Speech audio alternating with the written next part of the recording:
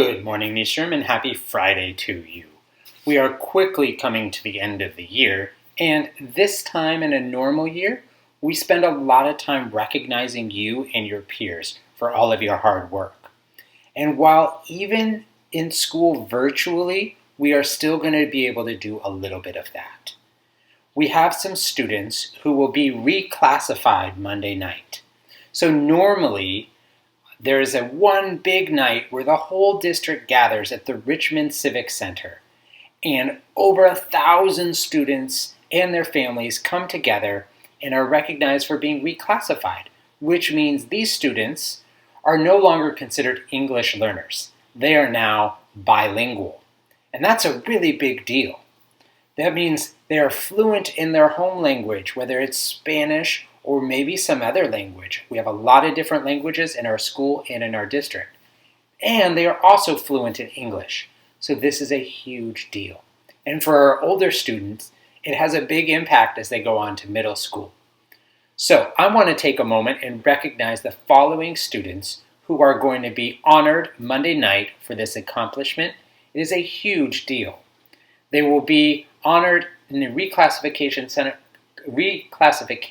ceremony, not at the Richmond Civic Center this time, but of course on Zoom. It'll also be on the district's Facebook Live feed.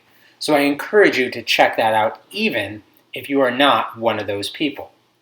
So let's all give a huge round of applause for Jamie Lazo in 4th grade, Fernando Crespin Romero, also in 4th grade, Susan Tellez in 6th grade, Lawrence Pinilio in 6th grade, Chelsea Romero Garcia in 6th grade.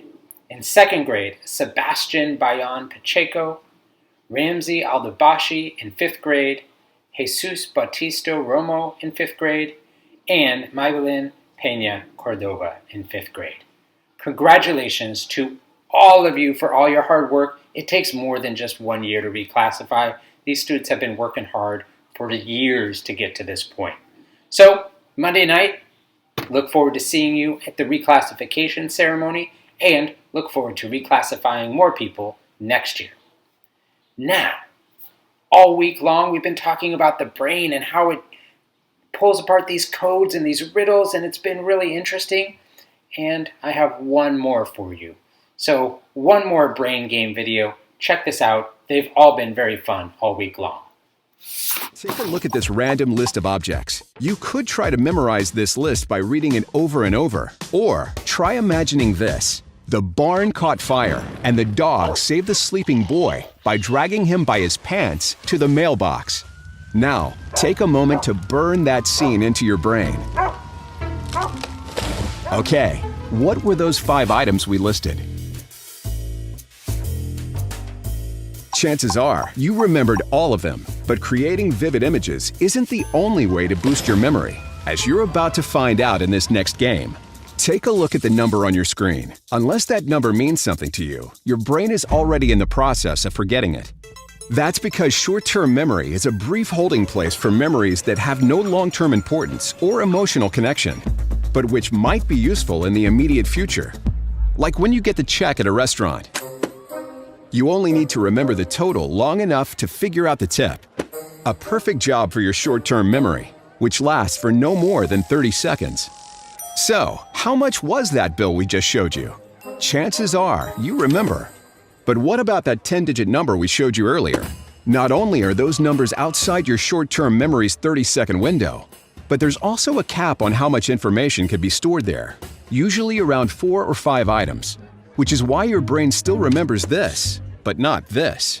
The good news is, you may be able to improve your short-term memory. All it takes is a dash of inspiration. To see what we mean, try to memorize this 10-digit number. Time's up. We'll give you a few seconds to let that sink in. Enjoy these elephants.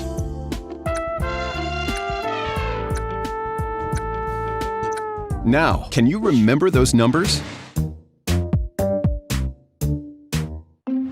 Chances are you did, thanks to a technique called chunking, a simple tool we all use nearly every day. Whether it's your social security number, credit card, or even your phone number, chunking longer number sequences into bite-sized pieces makes them much easier to remember. Simply adding a couple of dashes into a 10-digit number causes your brain to treat it as fewer items, putting less strain on your short-term memory.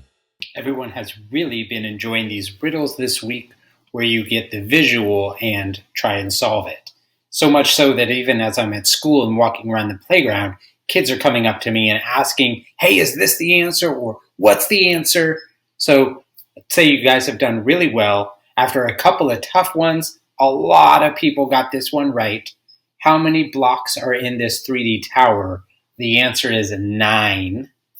So congratulations to all of these classes who got it right. Miss Pierce, Miss B, Mr. Z, Miss Robinson, Miss Schultz, Miss Fairweather, Miss Heller, Miss Lydia, Miss Sims, Mr. LaFleur, Miss Massa, Miss Jang, and Miss Etchie. Congratulations to everyone who got that. We will be back on Monday with some more riddles or brain teasers. Look forward to sharing those with you next week. That's it for today. Remember those 4 B's. Be responsible, be respectful, be safe, and be honest. Have a great day or not. The choice is yours.